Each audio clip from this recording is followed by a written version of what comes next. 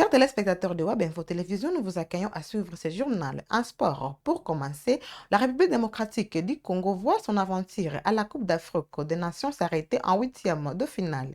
Opposé à l'Algérie ce mardi 6 janvier au stade Prince Moulay Hassan, les Léopards ont perdu sur le score de 1-0 après prolongation. Les rêves continentales s'étant ainsi aux portes des quarts de finale au terme d'un match qui s'est joué sur le petit détail. Commentaire. L'aventure de la République démocratique du Congo à la Coupe d'Afrique des Nations s'est arrêtée en huitième de finale après une courte défaite face à l'Algérie. Au stade Prince Moulay Hassan, ce mardi 6 janvier, les Léopards ont cédé sur les scores d'1-0 à l'issue des prolongations dans une rencontre longtemps indécise. Dès le coup d'envoi, les deux équipes ont affiché une grande rigueur tactique, rendant les espaces rares et les occasions pénombreuses. Pendant les temps réglementaires, Congolais et Algériens se sont neutralisés malgré une intensité constante et des duels engagés au milieu du terrain. La décision est finalement intervenue dans les ultimes instants de la prolongation. À la 119e minute, Adil Boulbina a trouvé les chemins défilés, offrant à l'Algérie une qualification arrachée sur les fils et mettant fin aux espoirs congolais d'atteindre les quarts de finale. Cette sortie prématurée et tranche avec les parcours encourageants réalisés par la RDC lors de la phase des groupes. Solides et réguliers, les Léopards avaient terminé deuxième de leur poule sans concéder la moindre défaite, avec des succès et un match nul nourrissant des réelles ambitions pour la suite du tournoi. Face à l'Algérie, la sélection congolaise a pourtant livré une prestation sérieuse, marquée par une bonne organisation défensive et un engagement collectif constant. Mais, dans un match aussi fermé, l'efficacité offensive a fait défaut, laissant la qualification se jouer sur un simple détail. La RDC quitte ainsi la CAN dès les huitièmes de finale, au terme des matchs frustrants, mais révélateurs du niveau de compétitivité atteint. Une élimination difficile à digérer qui ouvre toutefois des perspectives pour l'avenir. À quelques jours de la commission mixte de France et sécurité RDC Zambie prévue à Lubumbashi, le vice-premier ministre Jacques Chabani a échangé ce mardi à Kinshasa avec l'ambassadeur zambien Paulu Kosita.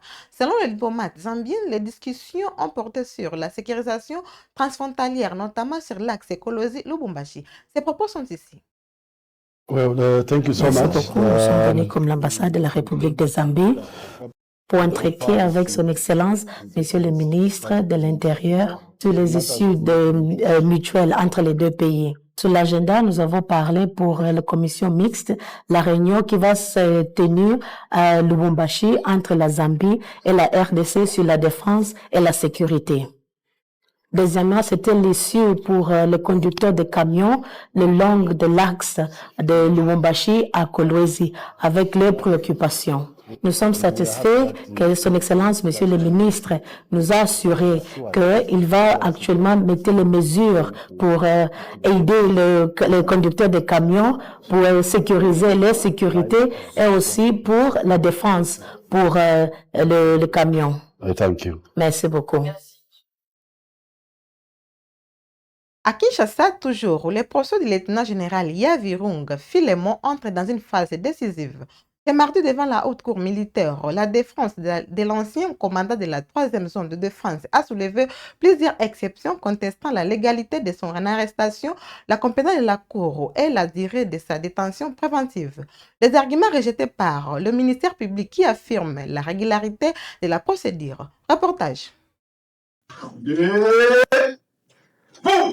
L'audience du 6 janvier 2026 devant la haute cour militaire à Kinshasa a été marquée par une vive bataille procédurale dans le dossier du lieutenant-général Yav Irungu Filemon, ancien commandant de la 3e zone de défense. La défense de l'officier supérieur a déposé un mémoire unique soulevant une série d'exceptions visant à faire annuler les poursuites et obtenir mise à liberté. Parmi les griefs avancés figure l'incompétence de la haute cour militaire, l'omission d'informer le commandant suprême des FRDC de l'arrestation de l'accusé localisés, ainsi que de la nullité des poursuites engagées sans autorisation préalable du président de la République. Les avocats ont également dénoncé le caractère arbitraire de la détention, une atteinte à la dignité humaine et au droit à la santé du prévenu, ainsi que le dépassement du délai légal de 12 mois de détention préventive sans prorogation régulière. Sur cette base, la défense a sollicité la main-levée immédiate de la détention, une mise en liberté provisoire pour raison médicale et l'écartement de procès-verbaux tracés par la commission spéciale ayant instruit les dossiers selon un compte-rendu du service de communication de la haute cour militaire. Face à ces arguments, l'auditeur général représentant le ministère public a fermement rejeté l'ensemble des moyens soulevés. Il a soutenu la compétence personnelle de la haute cour militaire, rappelant que le chef d'état-major général avait été officiellement informé de l'arrestation du général Yav 2 septembre 2022. Le parquet a également contesté toute détention irrégulière au-delà du délai légal, expliquant le retard à l'ouverture du procès par la nécessité de compléter les sièges judiciaires avec des magistrats des grades requis. Estimant les exceptions de la défense non fondée, le ministère public a demandé leur rejet pur et simple. La haute cour militaire a annoncé qu'il rendra son arrêt avant de dire droit sur ces exceptions le 20 janvier 2026.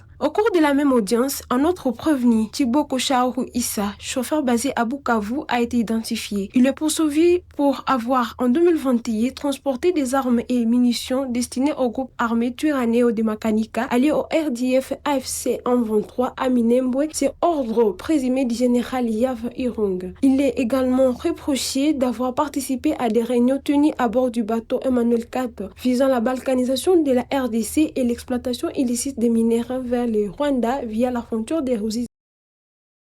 Poursuivons ce journal à Bukavu, de retour dans la capitale du Sud Kivu. Après 6 mois d'absence, le vice-gouverneur en charge de l'économie et de finances, Gadi Mukiza, a été officiellement présenté aux membres du Conseil provincial de sécurité.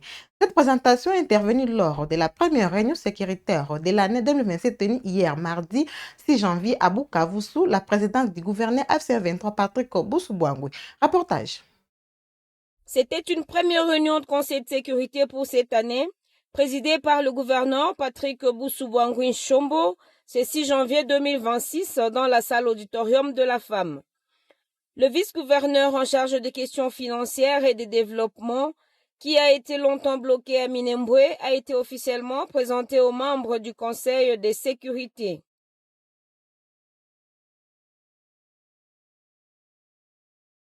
D'entrée des jeux, le gouverneur Patrick Boussoubouangui, avec toute l'Assemblée, ont pris 1 minute de silence en mémoire de tous les vaillants combattants, cadres et militaires du mouvement révolutionnaire AFC 23, tombés sur les champs d'honneur pour la liberté et les changements en République démocratique du Congo. Il a ensuite présenté, au nom de l'AFC M23 et de la province du Sud Kivu, ses vœux les meilleurs pour cette année 2026. Selon l'autorité provinciale, cette année sera marquée par des grands changements à tous les niveaux, tant sur le plan administratif que sur le plan de réaménagement du territoire et du développement.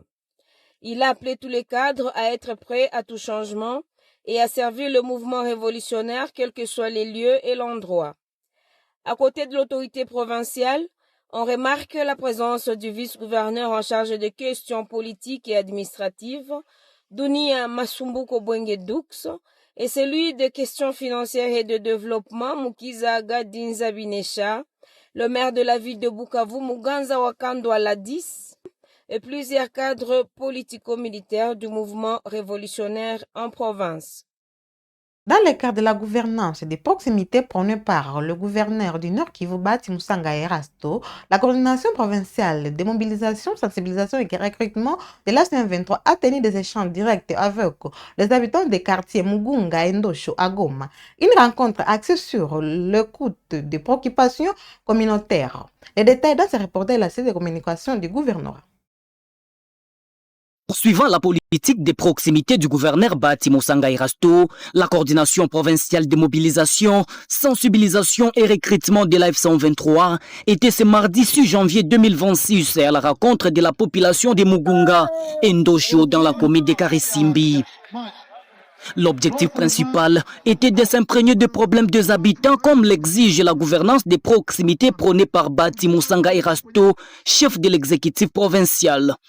Accueilli dans une ambiance conviviale par les chefs des quartiers Ndosho et de Mugunga, cette activité avait également pour objectif de sensibiliser les jeunes volontaires à rejoindre l'armée révolutionnaire congolaise ARC, comme l'a indiqué M. Juvenal Chimimana, Tumluda de la coordination provinciale de mobilisation Nord Kivu. Nous sommes venus parler avec la population de Mugunga et celui de Ndosho pour ce que nous prêchons toujours sur les changements radicaux prônés par la CM23, c'est-à-dire enseigner la population la cohabitation pacifique et les mieux vivre ensemble, à aborder aussi les aspects sécuritaires, aussi savoir ce que la population pense de la bonne gouvernance que déjà la CM23 distribue à sa population. Vous savez, le gouvernement de Kinshasa a trop instrumentalisé notre jeunesse en leur affectant dans les Ouazalendo. Nous avons fait appel à certains jeunes qui sont au ras des Ouazalendo de se rendre quand il est encore trop possible. Aussi, sensibiliser les jeunes qui veulent vraiment se mettre debout avec l'ARC pour chasser donc les pouvoirs de Kinshasa. Heureusement, nous en avons eu plusieurs qui ont vraiment salué notre appel. Vous êtes aussi témoins. Nous saluons vraiment les jeunes qui ont intégré vraiment la SC23 aujourd'hui. Persuadés par le message de membres de la coordination provinciale de mobilisation, plusieurs jeunes ont décidé de s'inscrire sur le calepin pour la formation militaire de l'AFC 123. Ces jeunes témoignent de leur motivation. Majina ni Jimmy Mbusa Ndakasi. Mimi kinanifikisha hapa ni juu kuingia mkazi ya jeshi Nigombole Kongo. Ilikuwa namna gani? Eske walikukaza au pia ilikuwa namna gani? Hapana, bakunikaza ni jisiki. Muro yangu natoka muro yangu kajisikia ni sauver Kongo. Merci beaucoup parce que basoda Kisekedi et FARDC ne ba kwa nyanyasa sana. Ndio kia jikuta AFC M23 vraiment inakamata watu mzuri sana. Après formation ndani ya chama ni kuchunga population na nagomola nchi yangu. Ni ya bongo. Na kama na wanasema vile kama AFC M23 na kaza bajene kuingia mu AFC M23 ni vya bongo. Au afike bajione abakamate mutu. Abazi kukamata kungufu. Wepe kuna kwa volonte yako ndio kumzama MCM. Nilipendaka. Na nimevisikia, nimefurahi ngizi nimeviingia. Na ilikuwa namna gani? Eske wakukaza paske hakuna mwenye nikaza. Mimi nilijisikia. Na nilijisikia zamani nikikosa ngizi miezi ingia. Juu sikukuwa na masomo ya nyingi. Nikijisikia hapa nimefurahi sana. Kujua nimepata kenye nilikuwa ninatafutaka depuis zamani. Na ujumbe gani unaweza tumia wadada wengine wanabakia mkartie habana kazi me wanaogopa kuingia mchama? Chenye niwezi waambia basiogope, hakuna mwenye wanakazia. Chochote wanajisikia watakipata. Hakuna mwenye wanakazia akuye ingie. Basiogope, chenye niwezi washaulia baingie baone. À la fin de ces rassemblements populaires, les habitants ont librement posé des questions aux membres de la coordination provinciale de mobilisation. Sur place, ces questions axées sur la cohabitation pacifique, la fiscalité et le développement ont trouvé des réponses, ce qui a constitué un réel soulagement pour la population. Pour clore ces actualités, dans un contexte de guerre persistante à l'est de la République démocratique du Congo, des graves accusations émergent autour de la gestion des fonds destinés aux volontaires pour la défense de la patrie, communément appelés Ouazalendo. Plus de 8 millions de dollars censés soutenir ces forces engagées contre le 23 dans le Kivu auraient été détournés et gaspillés à Kinshasa. Ces allégations sont portées par Jean-Claude Yabiarima Nambiste, alias Jules Moulumba, porte-parole de VDP Ouazalendo. Suivez ses propos. Et notre motif qui fâche, c'est que le général Mayanga Wakishuba, qui est numéro 2 de la réserve armée de la défense, censé intégrer et encadrer les Ouazalendo, s'est systématiquement opposé au détournement de 8 millions de dollars américains destinés à encadrer les Ouazalendo. Argent que le gouvernement congolais, par l'entremise du ministère de la Défense et du ministère des Finances, ont mis à la disposition de la réserve armée de la défense, mais que le lieutenant général Padir Boulena, titulaire du Mayanga au sein de cette institution, a pu bouffer avec effectivement les conglomérats ou la mafia qui ne veut jamais que les chefs de l'État gagnent la guerre. Mayanga est parmi ceux qui ont dénoncé haut et fort, et selon nos informations, nos renseignements, ceci va même provoquer une réunion autour du ministre de la Défense où le général Mayanga n'a pas mâché les mots parce que lui, en tant que numéro 2, et le général Gaudens, numéro 3 de la RAD, n'ont jamais été associés ni de près ni de loin sur l'affectation de ces sommes d'argent qui sort chaque mois au compte des Wazalendo, mais jamais utilisé pour cette fin.